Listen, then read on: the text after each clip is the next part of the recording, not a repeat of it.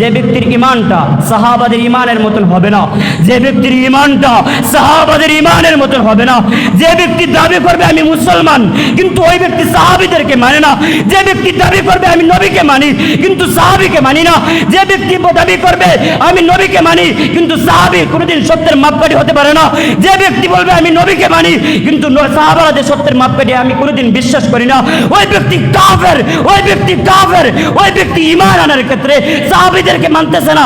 আরে নবীজি বলেছেন যে ব্যক্তি আমাকে অনুসরণ করবে সেজন্য আমার সাহাবীকে অনুসরণ করে, আর যে ব্যক্তি আমাকে অনুসরণ করলো সেজন্য আল্লাহকে অনুসরণ করে। এই ব্যক্তি যদি কোন নবীকে মানে কোন সাহাবীকে না মানে ওই ব্যক্তি কোনোদিন তো ঈমানদার হতে পারে না।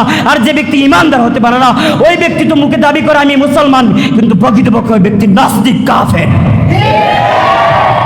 আমি আপনাদের সামনে সাহাবায়ে কেরাম সত্যের মাপকাঠি কিনা এ সম্পর্কে আমি আপনাদের সামনে কিছু আলোচনা করব কোরআন ও হাদিসের ভিত্তিতে, যদি আল্লাহ আমাকে তৌফিক দান করেন। ওয়া তৌফিক ইল্লা বিল্লাহ। আরে দেখেন সাহাবা শব্দটি এক বচন, ওনার বহু বচন হইতেছে আসহাব, মানে সাথী, সঙ্গী, বন্ধু।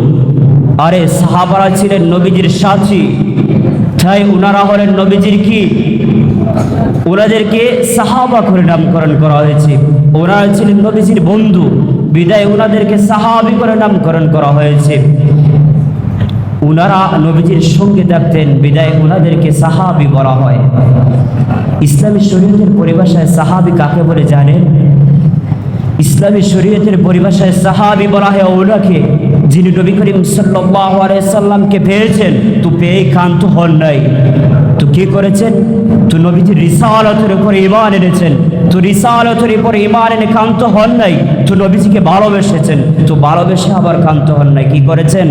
শেষ পর্যন্ত এই ঈমানের উপর মৃত্যুবরণ করেছেন। উনি হলেন সাহাবী। সাহাবীদের মান মর্যাদা অত্যন্ত গুরুত্বপূর্ণ একটা বিষয়। কোরআন হাদিসের মধ্যে সাহাবীদের মান মর্যাদা সম্পর্কে অসংখ্য আয়াত, হাদিসের মধ্যে অসংখ্য হাদিস, হাদিসের কিতাবাদিদের মধ্যে অসংখ্য হাদিস রয়েছে। বর্তমান সমাজের মুসলমানরা যদি ঐক্যজোট হয়ে কোনো কাজ করতে যায় তো ওই ব্যক্তিরা যেন সাহাবীদের জীবনের প্রতি লক্ষ্য রাখে।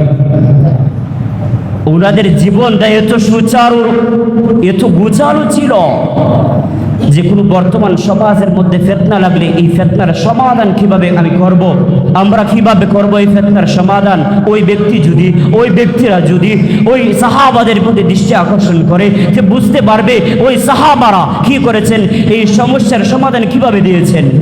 আরে নবী করিম সাল্লাল্লাহু আলাইহি সাল্লাম বলতেছেন, হাদিস স্পষ্ট হাদিসের মধ্যে আসছে, নবী করিম সাল্লাল্লাহু আলাইহি সাল্লাম বলতেছেন আসহাবি কান্নুজুম বিআইহিম ইক্তাদাইতুম ইহতাদাইতুম।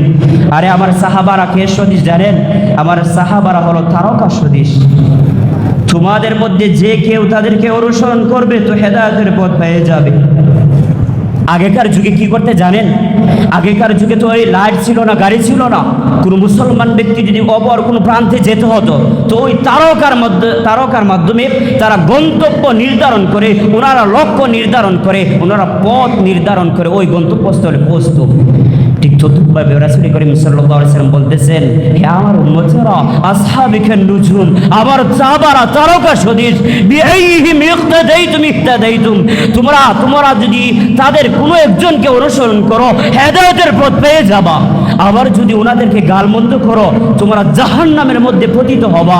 আরে জামে তিরমিজির হাদিসের মধ্যে আসছে রাসূল করিম সাল্লাল্লাহু আলাইহি ওয়াসাল্লাম বলতেছেন, কি বলেন জানেন? আল্লাহ আল্লাহ আসহাবি الله الله أصحابي لا تتخذهم غرضا من بعدي فمن أحبهم فبحبي أحبهم ومن أبغضهم فببغضي أبغضهم ومن آذاهم فقد آذاني ومن آذاني فقد آذى الله। আর হাদিস শরীফের মধ্যে আসছে, ইমাম তিরমিজি রাহমাতুল্লাহি আলাইহি ওনার হাদিসের মধ্যে আনছেন যে রাসূল করিম সাল্লাল্লাহু আলাইহি ওয়াসাল্লাম বলতেছেন, সাবধান আমার পরে আমার সাহাবাদের ব্যাপারে আমার পরে ওনাদের সমালোচনা করো না। তো কি করবা? ওনাদেরকে সমালোচনা করব না, ঠিক কি করব? যে রাসূল সাল্লাল্লাহু আলাইহি ওয়াসাল্লাম বলতেছেন যে তাদের প্রতি মহব্বত রাখবে সে যেন আমার ভালোবাসার কারণে মহব্বত রাখে, আর যে তাদের প্রতি বিদ্বেষ পোষণ করবে, যে তাদের সাথে শত্রুতা পোষণ করবে, সে যেন আমার সাথে শত্রুতা রাখার কারণে কি করে, ওই সাহাবীদের সাথে শত্রুতা পোষণ করে। যে ব্যক্তি সাহাবাদেরকে কষ্ট দিল সে যেন আমি নবীকে কষ্ট দিল, আর যে ব্যক্তি আমি নবীকে কষ্ট দিল আল্লাহ ওই ব্যক্তিকে কষ্ট দিয়ে দিবেন। এর জন্য বর্তমান সমাজের মধ্যে দেখা যায় ওনারা কি বলে যে আমরা সাহাবাদেরকে মানি না, আমরা হাদিস মানি না। এর হাদিস আসছে তো সাহাবাদের মাধ্যমে হাদিস আসছে, আরে সাহাবারা হাদিস বর্ণনা করছেন বিদায় আমরা পেয়েছি, সাহাবারা হাদিস বর্ণনা করেছেন তো তবে তাবিরা পেয়েছে, তবে তাবিরা বর্ণনা করেছেন তো তাবিরা বর্ণনা করেছেন তো তবে তাবিরা বর্ণনা করেছেন আমাদের কাছে, এ পর্যন্ত আস্তে আস্তে আমাদের কাছে এসে পৌঁছেছে, সালফে সালিহিন পর্যন্ত এসেছে, তো সালফে সালিহিন থেকে আমাদের পর্যন্ত এসে পৌঁছেছে। এটা কিভাবে সম্ভব হয়েছে? ওই সাহাবাদের মাধ্যমে সম্ভব হয়েছে। আরে সাহাবারা না থাকতো তো হাদিস পড়তো না, সাহাবারা না থাকতো তো আমরা মুসলমান হইতে পারতাম না। আরে সাহাবাদের মাধ্যমে ঈমান এসেছে তো আমরা পেয়েছি, বিদায় আল্লাহ পাক রব্বুল আলামিনকে আমরা কি করতেছি? বিশ্বাস করতেছি। নবীজিতে আছেন ওনাকে দেখি নাই, সাহাবাদেরকে আছেন ওনাদেরকে দেখি নাই, কিন্তু ওনারা যে আছেন আমরা কি করতেছি? ওনাদের প্রতি বিশ্বাস স্থাপন করতেছি। আরে কোরআনে কারিমের মধ্যে অসংখ্যবার এসেছে। আহলে সুন্নাত ওয়াল জামাতের আকীদা কি জানেন? আহলে সুন্নাত ওয়াল জামাতের আকীদা হলো সাহাবায়ে কেরাম সত্যের মাপকাঠি। তো এটা কিভাবে? কোরআনে কারিমের অসংখ্যবার এসেছে সাহাবায়ে কেরাম সত্যের মাপকাঠি।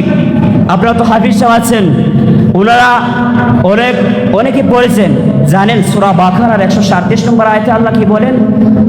কইতে পারবেন? فإن آمنوا بمثل ما آمنتم به فقد اهتدوا وإن تولوا فإنما هم في شقاق فسيكفيكهم الله وهو السميع العليم। আরে তারা যদি ঈমান আনে তোমাদের ঈমান আনার মতন, অর্থাৎ আল্লাহ আমাদেরকে বলতেছেন আমরা যদি ঈমান আনি সাহাবাদের ঈমানের মতো আমরা পথ পেয়ে যাব। আর কি বলতেছেন জানেন? ওয়াইন তাওয়াল্লাউ, আর যদি আমরা ওই ঈমান আনা থেকে মুখ ফিরিয়ে নেই তাহলে আমরা তো হটকারিতার মধ্যে রয়েছি। আল্লাহ রাসূল সাল্লাল্লাহু আলাইহি সাল্লামকে আল্লাহ পাক রব্বুল আলামিন সান্ত্বনা দিয়ে বলতেছেন, হে নবী শুনেন, আমি তাদের জন্য আপনার পক্ষ থেকে যথেষ্ট। আপনি ওনাদেরকে দাওয়াত দিয়েছেন, ওনারা ঈমান আনে নাই, আপনি কষ্ট পাবেন না। আপনি শুধু দাওয়াত দেওয়ার মালিক, ওরা কবুল করার মালিক। ওরা কবুল করবে কোন সময় করবে? আমি হেদায়েত দিলে কবুল করবে, হেদায়েত না দিলে ওরা কবুল করতে পারবে না। আপনি যে দাওয়াত দিতেছেন বিদাতে ওনারা হেদায়েতের পথে আসতে পারতেছে না, এটা আপনার দাওয়াত পৌঁছানোর মালিক, ওরা কবুল করার মালিক। ওরা যে কবুল করবে 100% এটা আপনি নিশ্চিত বলে দিতে পারবেন না। কবুল না করলে যে আপনি কষ্ট পাবেন এটা কোনোদিন হতে পারে না। আপনি কষ্ট পাবেন না। ওনাদেরকে আমি যদি তৌফিক দেই তো ওনারা হেদায়েত পাবে, যদি তৌফিক না দিই হেদায়েত পাবে না। এর জন্য বলতেছেন মাআরিফুল কোরআনের 1 নং খণ্ডের 296 নম্বর পৃষ্ঠায় পাওয়া যায়। এই আয়াতের ব্যাখ্যা করতে গিয়ে মুফাসসিরিনে কেরাম বলতেছেন কি জানেন? এই আয়াতের মধ্যে আল্লাহ পাক রব্বুল আলামিন স্বয়ং সাহাবাদেরকে হেদায়েতের ক্ষেত্রে সত্যের মাপকাঠি নির্ধারণ করে দিয়েছেন। এবং কি বলেছেন জানেন? বলেছেন ওই ওদের মতো ঈমান আনো। কাদের মতো ঈমান আনো? যে সাহাবাদের মতো ঈমান আনো, নবীজির মতো ঈমান আনো। যে ব্যক্তির ঈমানটা সাহাবাদের ঈমানের মতো ঈমান হবে, যে ব্যক্তির ঈমানটা রাসূল করিম সাল্লাল্লাহু আলাইহি সাল্লামের মতো ঈমান হবে, ওই ব্যক্তি তো সুপথ পেয়ে গেছে, ওই ব্যক্তি তো কামিল ঈমানদার হয়ে গেছে। আর যে ব্যক্তির ঈমান সাহাবাদের মতো হয় নাই, যে ব্যক্তির ঈমান রাসূল করিম সাল্লাল্লাহু আলাইহি সাল্লামের মতো হয় নাই, ওই ব্যক্তি তো সুপথ পায় নাই। ওই ব্যক্তির নাম কাস্তে মুসলমান, কামিল ঈমানদারও নয়। ওই ব্যক্তির ঈমান নসিব হয় নাই। ওই ব্যক্তি মুখে বলতেছে আমি কি রে, আমি ঈমানদার, কিন্তু ওই ব্যক্তি ঈমানদার নয়। সত্যের মাপকাঠি বলতে কি বোঝায় জানেন? আমরা বুঝতে পারলাম যে সাহাবায়ে কেরাম হেদায়েতের ক্ষেত্রে সত্যের মাপকাঠি। আপনাদের কষ্ট হইতেছে? আর 2 মিনিট সময় দিতে পারবেন আমাদেরকে? ইনশাআল্লাহ আমি শেষ করে ফেলবো। তো আমরা বুঝলাম আল্লাহ পাক রব্বুল আলামিন বলতেছেন যে সাহাবায়ে কেরাম ঈমানের ক্ষেত্রে হেদায়েতের ক্ষেত্রে সত্যের মাপকাঠি। তো কিভাবে সত্যের মাপকাঠি বলতে কিভাবে বোঝায়? যে দ্বীন ও ঈমানের ক্ষেত্রে সত্যের মানদণ্ড, ওনারা কি সত্যের মানদণ্ড, দ্বীনে হক বুঝার ক্ষেত্রে ওনারা মানদণ্ড। আমরা যদি দান মাপি, কি করেন? আমরা দান মাপি না? বৈশাখ মাসে এলে এই ধান মাপার ক্ষেত্রে একটা পাল্লা দরকার। কি দরকার? পাল্লা দরকার। তার আরেক পাশে একটা পাত্র দরকার। এই পাত্র অনুযায়ী ওই অপর পাল্লার মধ্যে কি হতে হবে? দান হতে হবে। এনারা কি সমান সমান হলে আমরা কি করি? টাকা বিক্রি করে দিই। তো আল্লাহ রাসূল সাল্লাল্লাহু আলাইহি সাল্লাম বলতেছেন কি জানেন? যে বলতেছেন যে আমাদের ইমানটা যেন ওই সাহাবীদের ইমানের মতন হয়ে যায়, আমাদের আখলাকটা যেন সাহাবীদের আখলাকের মতন হয়ে যায়, আমাদের চরিত্রটা যেন সাহাবীদের চরিত্র অনুযায়ী হয়ে যায়। সাহাবারা যেভাবে আমার সুন্নতের ইত্তেবা করেছে, আমরা যেন সেই সুন্নতের ইত্তেবা করি।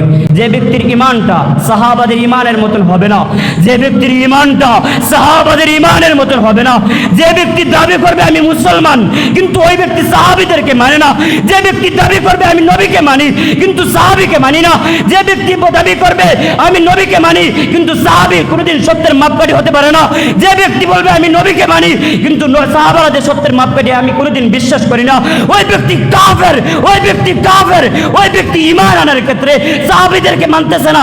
আরে নবীজি বলেছেন যে ব্যক্তি আমাকে অনুসরণ করবে সেজন্য আমার সাহাবীকে অনুসরণ করে, আর যে ব্যক্তি আমাকে অনুসরণ করলো সেজন্য আল্লাহকে অনুসরণ করে। এই ব্যক্তি যদি কোন নবীকে মানে কোন সাহাবীকে না মানে ওই ব্যক্তি কোনোদিন তো ইমানদার হতে পারে না। আর যে ব্যক্তি ইমানদার হতে পারে না ওই ব্যক্তি তো মুখে দাবি করে আমি মুসলমান কিন্তু প্রকৃতপক্ষে ওই ব্যক্তি নাস্তিক, কাফের।